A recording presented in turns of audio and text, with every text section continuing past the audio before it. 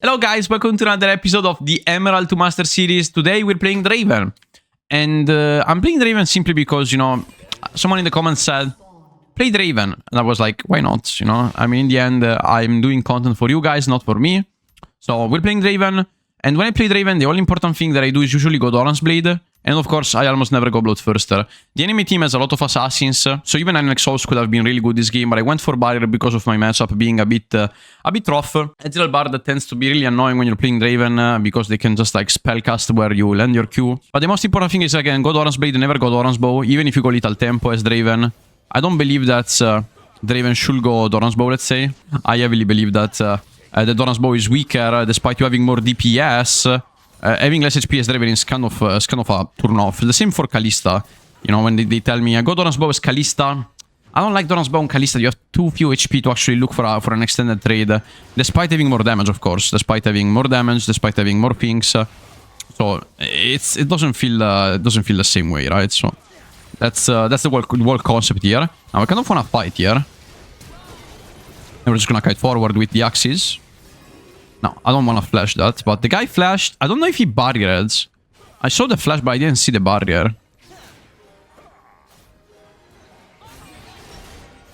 Now we're gonna go on this guy, because he decided to fuck with us. Take the flash. No barrier. Okay, so he had barrier. We confirmed that. We confirmed that he had barrier. But that's pretty good, because we took a shit ton of damage on them. And I'm pretty much gonna do a base here, sure. The problem is I don't know where the Nocturne is. If you guys saw, I don't know if you saw it, but the Nocturne died here trying to invade. So now he's probably doing these camps and then invading on my jungle. So what I'm gonna do here is pretty simple. I'm gonna go Booster Fillable instead of going for a Longsword. Just because I wanna cover this position, and maybe just being slightly faster can actually help us out to defend this point, let's say. Now I don't know if the guy just based and went straight to blue buff. If he did, we're probably late. But if he's not, we're gonna find him level 2, level 3, something like that, and we should be killing him. So the guy didn't, which is pretty good. That means that we have a huge advantage in jungle, honestly. And, I mean, that's a huge advantage for us, right? We don't really... we don't dislike that. But it's also really good in this matchup because I can dodge a lot of things, such as Ezreal Q, Bard Q. And there's a lot of spells that you truly have to dodge in this matchup. So... yeah, just make sure to dodge them, really. That's the key point, let's say. Could probably... oh, he's not basing. Oh, I see that.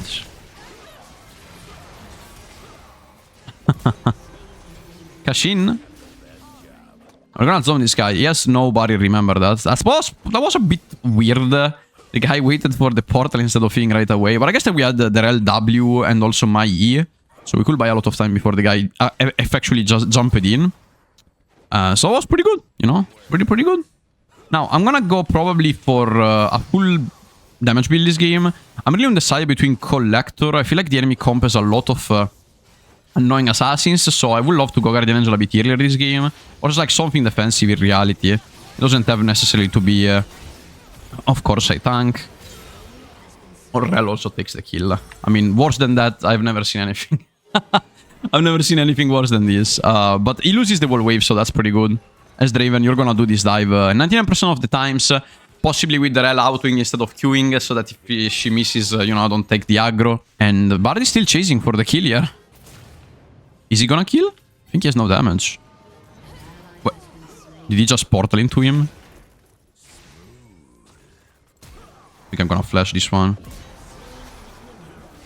Now, I believe that I win. Oh my god. I have shoes, by the way. He flashed.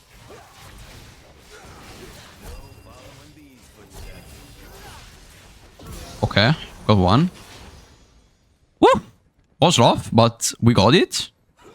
The guy went full all-in, lost the wall wave, and also Nocturne managed to catch us. That Q was a sneaky bastard, man. That sneaky bastard tried to kill me with the Q from one of the map. Which eventually will have worked, to be honest. So, we got really lucky there. And again, I want to go Collector this game rather than Habris. While I do believe that Habris is a really good item and I enjoy it, I want to reach a 75% crit if possible a bit faster than usual.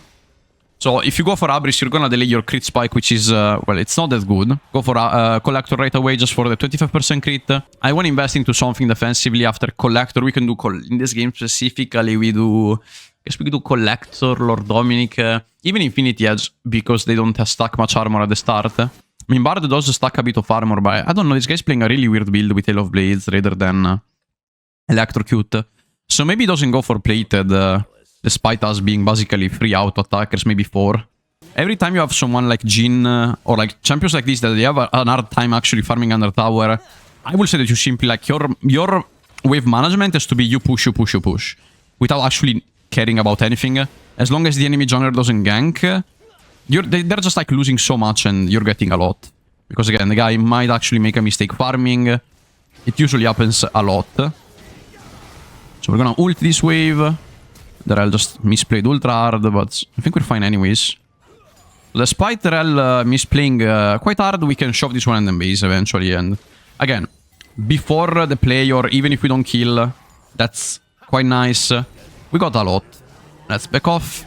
Sadly, the guy died. Never like Exoptics with Draven. You're not really a DPS character, or you are a DPS character, but I'd rather play Draven as a burst character most of the times.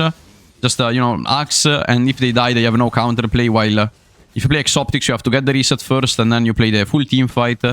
But again, teamfight Draven, I don't know, I'm not a fan of teamfight Draven. I'm a fan of, like, the Draven that skirmishes, gets the 2 kills off, and makes your gameplay feel miserable. You know, just by, like, winning those 2 versus 2 skirmishes, feeding himself, and then coming to a point where he has so much more gold that it doesn't really matter how he plays, right? That's the whole concept. Now, be really careful about Bard ultimate and the rotation of the enemy mid laner, which they can look for it. So we gotta be ultra careful, you know, extra careful. I would love to hit the wave. I didn't lost my axe. Fuck me, man. We're gonna wait, ping the guy to back off, and just stack a bit now. I mean, that it's a moment where without engage or without hard engage against Ezreal, we gotta chill a bit, right? We're gonna chill a bit, take the farm. But you see, despite not going Bloodthirster, we had a really great lane.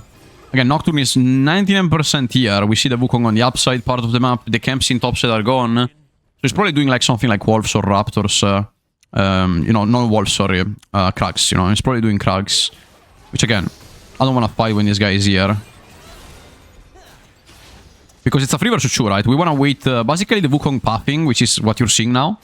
The pathing of Wukong is coming towards us, and that's around when I want to pull the trigger. Now, the Rel went low HP before the main fight, but I do hope that we're gonna be fine. Okay, that might be... here we are. Yes. Exactly what I wanted. Pretty good fight. Can still try. Right, collect this guy. No flash.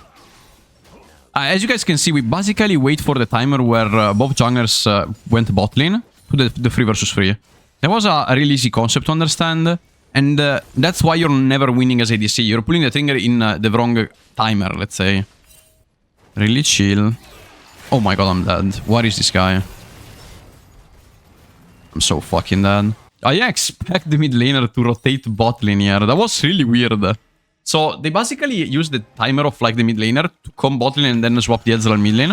I mean, that was quite genius, honestly. I didn't expect that. It's entirely my fault. I will go Infinity Edge. The enemy doesn't have resistances. So usually when the enemy has no resistances, I would always go for Infinity Edge Rush. Asked me something, but they should be able to kill, right? I missed. Okay, he dies anyways. We're gonna stop the base, which is nice because we can look for a dive even. They died a lot, so we could look for a dive here. I don't think I can stop him. Oh my god. That's interesting.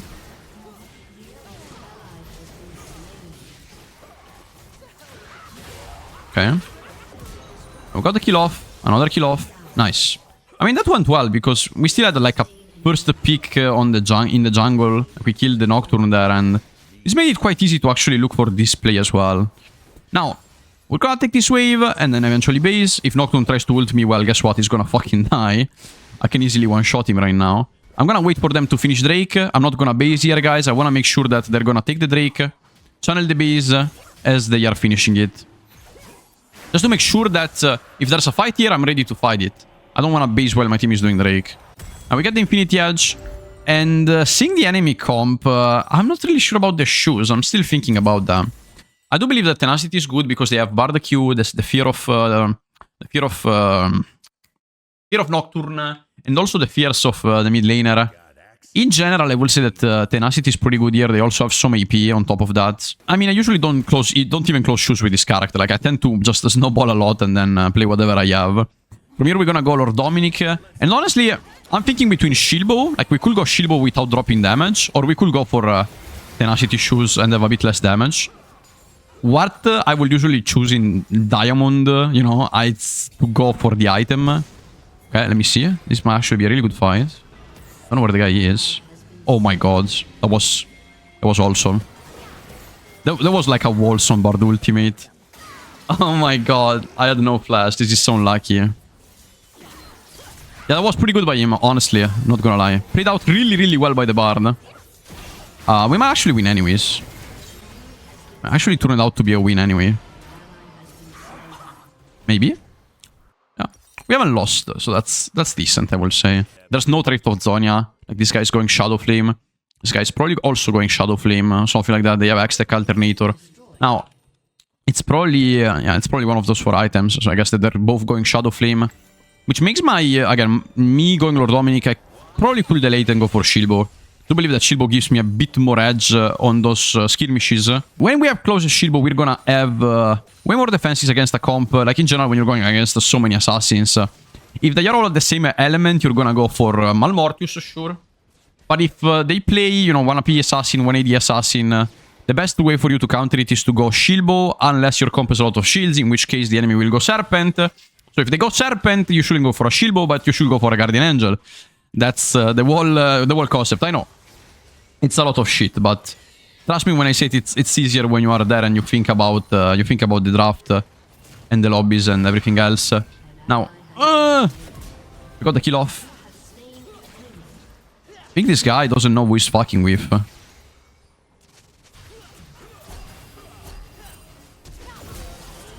Now, sadly, the Akali will look for me, because the Katarina was a bit late into this fight, but we still get, what, 2 kills? 2 kills with Collector. It's for sure worth for my character to do what I did. I think we're also really near to the Shilbo. Actually, we can sell the potions now. DPS out this Herald as much as we can. Now we're gonna just take this wave. Oh my god, what is my team doing? They're fighting too deep. Okay. The ultimate of the Raven deals way too much damage, honestly. It's actually crazy. Oh my god, we killed the guy. Look at that pixel perfect that I did, by the way. That was crazy. Okay, now we take this tower. We still have Shilbo, by the way, so we're in a really good position anyways. You see what I'm saying? Just like having the Shilbo here does make a ton of difference when it comes to, like, you know, dealing damage or playing the skirmishes, because you're more safe. So the damage is still there because we have Shilbo and it gives crit. We're at 75% crit anyways. And would you look at that? The damage is still there. So Shilbo was a really good buy this game. I wouldn't go for... again, I wouldn't delay too much the Lord Dominic. We're gonna go for it. And you see that the enemy is starting to stack up a few armor. Even here we see a cloth armor, we see a plated, we see the Deathman's plate of the Bard. So we gotta start buying it, you know, we can't really delay it more. And once we reach 100% crit this game, we're gonna go for Guardian Angel. So the enemy team is looking for a pick off on the mid top laner, which he will probably die. Let's see. Yeah, he probably dies. Well, we can look for the after fight, honestly, which could be quite interesting. Oh my god, this is a wholesome double kill. Wholesome double kill. We're gonna drop bot mid lane, excuse me, to look for the top lane tower. This is really easy to catch, guys, so just go there and hard force it. Can I take that? Okay, I got it. Okay, just shove the wave and go for the tower. We can even look for the Nash, to be honest. I don't know why we wouldn't. The cut basing doesn't help too much. This rotation is pretty good. Taking down the tower. I don't think they have any rotation power on us since Bard and Nocturne died, which are usually the things that make playing silent in this game really hard. Forcing this tower now was a really good timer to do that because of the enemies dying, let's say. Now, let's take this one. I'm gonna steal it. Oh, the guy just took it. Unfortunately, I didn't check that. Now, we're simply gonna play mid lane most of this game. Most of the times again. Top lane play was really easy because the first tower was easy to catch. And we were really near to that. In general, you want to play mid lane in this game, right? Because they have too much peak potential, too much assassins. Even Millen, it's hard to play, you know? But, I mean, you can sort of make it work. And you see that we have enough lifesteal. Like, even without the Bloodthirster, I don't feel like you need that much lifesteal to, like, actually beat the Ezreal outside of the laning phase even. Okay, that's awesome. Ah, they flashed. Everyone flashed out. So we got the guy off. I don't know what is going on. I don't see anything. Got another kill, and look at that. Look at how much gold we're printing. It's just about really just playing the character, getting kills off with Collector, and I think the champion plays in himself, you know? We're playing in Diamond, and this character just plays out by himself. I'm really careful about Bard ultimate. They haven't saw me. It's pretty good, and I think that Darrell is gonna be the one eventually falling. Bye-bye. Darrell just dies. It's not that important. I believe that it's whatever. It's not gonna change too much. Ooh. Holy fuck. Oh, that lands on me. If she comes through, I still have Shieldbow, right? So we are in a good position anyways. Now, the damage that we have is crazy. We have 100% crit. Be really careful. I was looking for the one shot there. That would have been funny. I have 100% crit, so it is really easy that the guy might actually die by doing that. We're gonna buy the Elixir of Wrath.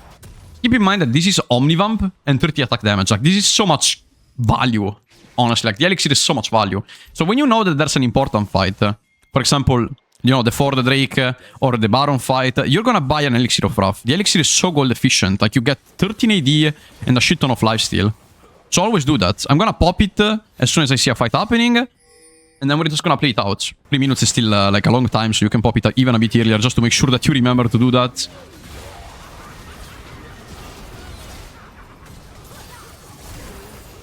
One kill. 2 kills. Oh, maybe 2 kills. Go, go, go, go, go. Oh, I made a mistake. Wait. Oh, I didn't make a mistake.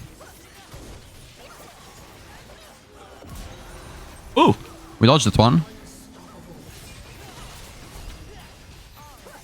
And we won. We did an ace. And that's why you go for Elixir of Wrath. Because this item is so strong. Once you have the team fight, and it can make a huge difference between winning or losing. So from this position, it doesn't matter, right, if you have a bit less gold or not, because just imagine, like, we got an ace, and we basically won the game in the place just by winning that fight, because we got the soul, we got everything. And then Draven as well, like, it's not the type of character that has any gold problems, so you can even gamble the elixir, and you wouldn't feel bad about it, especially when you're really good at the game. Now, we're gonna go Guardian Angel, sell this Doran Blade, wait for... I mean, let's go shoes? Nah, let's not go shoes, whatever. We're not gonna go shoes this game. Fuck the shoes. I was a bit too hesitant on the shoes this game. I feel like I didn't really need them at all. So now let's go mid lane and let's close this game. We are in a position where we have so much damage. We shouldn't... Oh, come on, man. You see, I still have the elixir, by the way. I still have, like, time for another fight. It's like 1 minute and a half during the fight, and then I can pop it off and keep it for the next one. The Omnivamp is so valuable as well. Now, let's take this one. And let's see... I think this guy's so dead. I actually ult him now. I'm just gonna wait here. Take the tower. And eventually close this game. I think we're really near to the end of this game. It's gonna be about time that they're gonna lose. The only problem is that they have a lot of poke and a lot of assassins playing, so we gotta be careful anyways. Especially when we're playing side lane. Okay. There's the guy on the flank. Gotta be really careful about the flank here. Okay, I dodged that.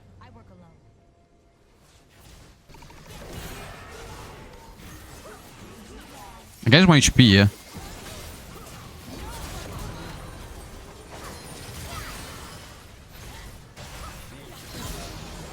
Nice.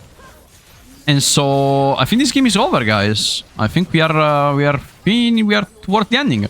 Guys, I hope you enjoyed the Draven gameplay. Again, I'm not one of the best Draven in the world, but you simply think about the enemy draft, what they have, and then you simply attempt towards it. I decided to go for Collector first because I needed more utility items later on, such as a Shield Bow or, you know, a Guardian Angel later, or a bit earlier than usual. Because this will have helped me out a lot. Guys, thank you so much for watching. I hope you enjoyed. And see you in the next educational video of Emerald to Master series. Thank you, guys. Bye-bye.